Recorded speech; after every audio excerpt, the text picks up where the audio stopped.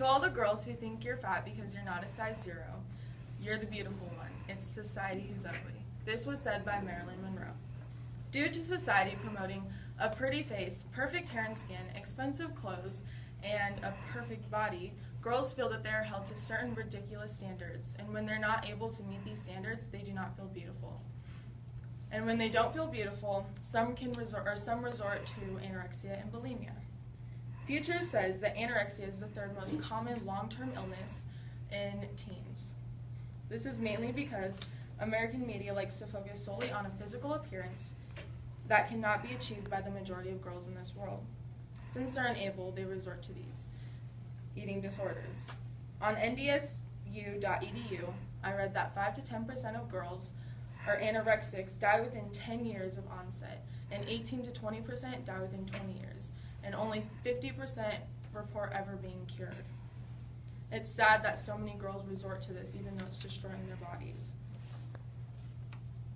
Anorexia and bulimia is not the only thing we need to worry about. We also need to worry about depression. Go again. American media portrays women as perfect Barbie dolls. Yeah, that is what happens when you're bulimic. And when they cannot fulfill these expectations to become perfect Barbie dolls, some can become depressed. This can lead to lack of sleep, lack of interest, suicide, or just overall feeling down, helpless, and lonely. My 12-year-old sister has suffered from this. She is not society's definition of beauty, so she goes to school and gets bullied every day. And when she comes home, she's either crying or just sad and gloomy. And it's just devastating to watch her go through that. And we just recently learned that she had been cutting herself, which is extremely, kind of disturbing, I guess. And with depression comes a low self-esteem. DoSomething.org says that 75% of teens have low self-esteem, and all report to have engaged in negative activities such as cutting, bullying, eating disorders, or drinking and smoking. This leaves only a small 25% of girls with a high self-esteem. Depression, eating disorders, and low self-esteem all work together to destroy a young girl's life. Now that I have proven my problem, I would like to look at a solution. First of all, accept yourself. It's important to feel comfortable in your own skin. Everyone is different, and that's just how it's supposed to be. Psychology Today says that there are 3 steps to accepting yourself. The first step is to make a decision. You can decide your self-worth, no one else. Second is to emphasize the positives. All the little things like passing a test that you don't think is very important, you should make important in your life. Thirdly, redefine perfect. Honestly, no one is perfect, but if you're you're a good person inside and out, you've already reached perfection. After you can accept yourself and feel beautiful, try someone else.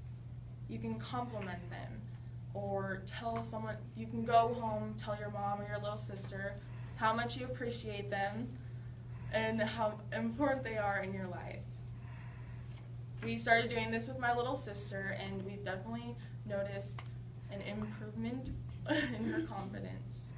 The hardest part of making you and someone else feel beautiful is straying away from the media that advertises women as objects. First of all, stop buying magazines with half-naked girls on the cover. They probably do not look like this in real life, because Photoshop does wonders. I saw that on Ideal Bite, 100% of what you see in fashion magazines is retouched. This means that every picture they publish in these types of magazines have lesser truth than we think. Women seem to envy these girls, but they're really envying something that does not exist. Once we can stop letting magazine models, movie stars, and singers represent beauty, we can start representing our own.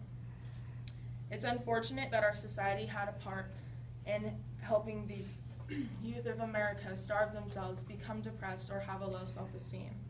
Is this really how we want to raise our youth? We need to put the confidence back in our girls.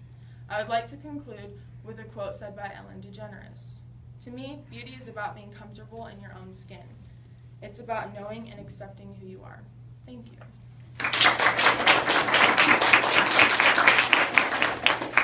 Any questions? Cool. Yeah. So 3 steps to accepting yourself. How did those come into play? Well, I was reading on a website, Ideal Bite. Wait.